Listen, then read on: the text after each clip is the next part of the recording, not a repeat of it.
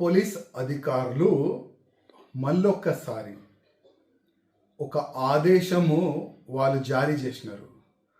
ఆ ఆదేశంలో ఏముందంటే, ఎవరైనా హిందూ ఎస్ఐ కానీ, ఇన్స్పెక్టర్ కానీ, ఏసీపీ కానీ, కానిస్టేబుల్ కానీ, ఏదైనా పదవిలో ఉన్న ఆ పోలీస్ అధికారులు కానీ, కానిస్టేబుల్ కానీ, ఒకవేళ మతపరమైన దీక్షలు వేసుకుంటే ఆయన సొల్లు పెట్టుకొని ఆ దీక్షని కంప్లీట్ చేసుకోవాలి.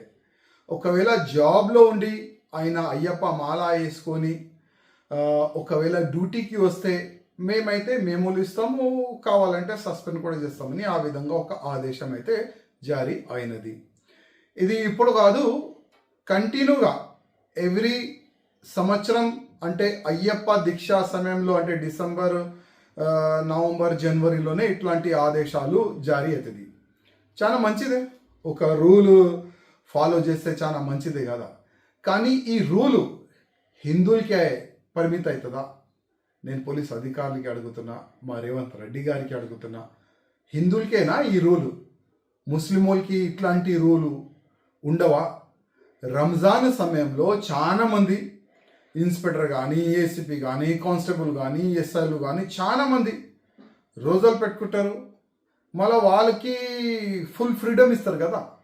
ఆయన ఏ టైం అయినా డ్యూటీ రావచ్చు, ఏ టైం అయినా మస్జిద్కి పోవచ్చు, నమాజ్ చదవనికి పోవచ్చు, ఇంటికి వెళ్ళిపోవచ్చు, రోజా ఇడవనికి వెళ్ళిపోవచ్చు, ఆయన ఎప్పుడైనా ఏదైనా చేయొచ్చు. ఆయన వాళ్ళకి ఇట్లాంటి రూల్స్ రెగ్యులేషన్ ఎందుకు పెట్టారు?